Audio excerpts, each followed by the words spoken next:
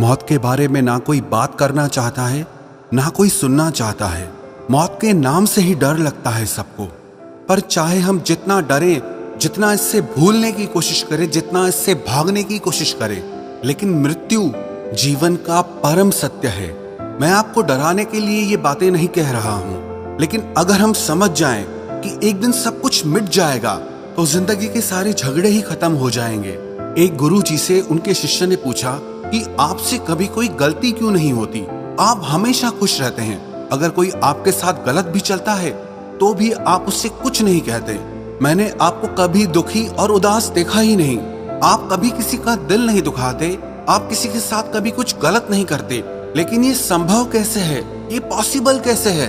तो गुरुजी ने उससे कहा कि तू ये सारी बातें छोड़ और मैं तुझे एक दुखद सूचना बताने जा रहा हूँ, तो उस पे ध्यान दे। तो शिष्य ने पूछा, कौन सी सूचना है? तो गुरुजी बोले कि अब तेरे पास सिर्फ 24 घंटे बचे हैं। 24 घंटे के बाद तेरी मृत्यु हो जाएगी, तू मर जाएगा। वो गुरुजी की इस बात को सुनकर उसके पैरों के नीचे से जमीन खिसक गई। वो थर-थर कांपने लगा, रोने लगा कि मैं कल मरने वाला हूँ। जब उसे लगा कि अब मेरे पास सिर्फ एक दिन बचा है, तो उसने जिस का भी दिल दुखाया था सबसे माफी मांग ली। अपने घर वालों को प्यार देने लगा, लोगों में चीजें बांटने लगा, क्योंकि अब उसके पास बहुत कम समय बचा था। और उसे जिस किसी के साथ भी गुस्सा था, शिकायत थी, उसकी वो सारी शिकायतें खत्म हो गई। अगले दिन खुद गुरुजी उसके घर पहुंच गए। तो गुरुजी ने उससे पूछा कि बताओ कि कल से लेकर अभी तक तुमने कोई गलत काम किया, किसी से झगड़ा किया, मन में किसी से कोई शिकायत रही, कोई पाप किया, किसी का दिल दुखाया? वो बोला, गुरुजी मौत मेरे सर पर खड़ी है, मैं किसी के साथ क्या गलत व्यवहार करूंगा, बल्कि मैंने सबसे माफी मांग ली और सबको माफ कर दिया। अब मैं मरने ही वाला हूं, तो जिंदगी से मुझे और क्या शिकायत हो सकती है? तो गुरुजी ने उससे कहा कि यही तेरे सवाल का जवाब है। तूने कल मुझसे पूछा था कि मुझे किसी से शिकायत क्यों नहीं होती, मैं उदास क्यों नहीं होता, मैं दुखी क्यों नहीं होता, मेरे साथ कोई गलत चलता है तो भी मैं उसके साथ अच्छा चलता हूँ। इन सारी बातों का यही जवाब है कि मैं अपनी मौत को कभी नहीं भूलता। मुझे ये हमेशा याद रहता है कि मेरे पास लिमिटेड टाइम है। मैं यहाँ कुछ समय के लिए आया हूँ और एक दिन मृत्यु आकर के मुझसे मेरा जीवन छीन लेगी। तो जो भी समय मेरे पास बचा है वो मैं रोने में, दुखी होने में, शिकायत करने में, लोगों के साथ गलत व्यवहार करने में क्यों खत्म करूं? जिंदगी में जो भी वक्त मेरे पास बचा है उसे मैं खुश होकर गुजारूं। मैं अपने वक्त से खुद को और लोगों को ज्यादा से ज्यादा खुशियां दे सकूं।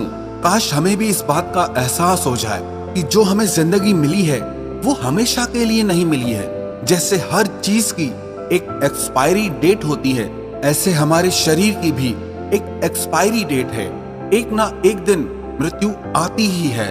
एक व्यक्ति की मौत से दोस्ती हो गई, मित्रता हो गई, तो उसने मौत से कहा कि अब तो तू मेरी दोस्त हो गई है, हम दोस्त हैं, तू मुझे मत मारना।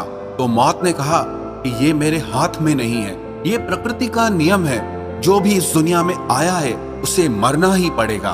तो उसने कहा, ठीक है, अगर तू मुझे मारेगी ही तो कम से कम इतना तो करना, जब मेरी मौत का समय निश्चित हो जाए तो उससे पहले मुझे बता देना कि मेरी मौत आने वाली है, ताकि जिंदगी में मैं जो कुछ भी करना चाहता हूँ वो मैं कर सकूं, अपनी हर इच्छा पूरी कर सकूं।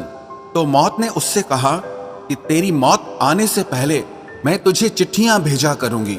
वो व्यक्ति खुश हो गया, कम से कम मुझे पहले पता तो चलेगा कि मेरी मौत कब होने वाली है।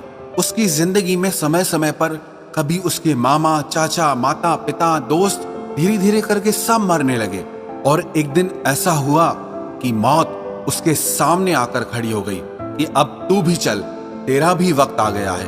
वो बहुत हैरान सा रह गया कि तुमने तो कहा था कि मैं तुम्हें चिट्ठियां भेजूंगी, पर मेरे पास कोई चिट्ठी नहीं आई और तुम अचानक से मुझे लेने आ गई हो। मौत ने कहा, मैंने तुझे बहुत चिट्ठियां भेजी। जब शुरू में तेरे रिश्तेदार मरे, वो सारी मेरी चिट्ठियां थी कि अब तेरा नंबर जल्दी आने वाला है। फिर तेरे दोस्त मरे, वो भी मेरी भेजी हुई चिट्ठियां ही थी तेरे लिए कि अब तेरा नंबर भी आने वाला है। वास्तविकता में ये कहानी हमारी ही है। हमें भी मौत चिट्ठियां भेजती रहती है कि आज ये मर गया, आज वो मर गया, लेकिन हमें होश ही नहीं होता, हमें ये एहसास ही नहीं होता कि एक दिन हमारा भी समय खत्म होगा। महाभारत में जब यक्ष और युधिष्ठिर का संवाद हुआ तो यक्ष ने युधिष्ठिर से बहुत सारे प्रश्न किए थे। उसमें से एक प्रश्न ये था कि इस दुनिया का सबसे बड़ा आश्चर्य कौन सा है। तो युधिष्ठिर बोले, अहानि अहानि भूतानि गच्छन्ति यममालयम शेषा स्थावरमिच्छन्ति किम आश्चर्यमतः परम। कि हजारों लोग रोज मरते हैं लेकिन उनको देखकर भी दूसरे लोगों को होश नहीं आता, दूसरे लोग बेहोश लगे पड़े हैं। इससे बढ़कर दुनिया में और क्या आश्चर्य हो सकता है। बात ये नहीं है कि मौत एक दिन आनी है, बात ये है कि क्या हम जिंदगी जी रहे हैं या हम अपनी जिंदगी ऐसे ही बर्बाद कर रहे हैं। आपकी जो भी उम्र है, आप गौर करके देखो अपनी जिंदगी की तरफ कि आप अपनी जिंदगी में कितना खुश रहे, कि आपने जिंदगी में कितनों को खुशी दी, कितनों की जिंदगी बनाई, कितनों की मदद की, कितनों का दुख दूर किया। कहते हैं कि जब हम इस दुनिया में आते हैं ना तो रोते रोते आते हैं। हम तो रोते हैं लेकिन ये दुनिया हमको देख के बहुत खुश होती है, बहुत हंसती है। लेकिन हम अपनी जिंदगी में कुछ ऐसा कर जाए कि जिस दिन हम दुनिया से जाए हम तो हंसते हंसते जाए और ये दुनिया हमको रो रो के याद करती रहे। अगर हमें भी ये एहसास बना रहे, ये याद बनी रहे कि हमारे पास सीमित समय है, तो किसी से क्या नाराजगी रहेगी, किसी से क्या गुस्सा रहेगा, किसी से क्या झगड़ा रहेगा। सारी मुसीबतें ही दूर हो जाएंगी, हर दुख आपको छोटा लगने लगेगा।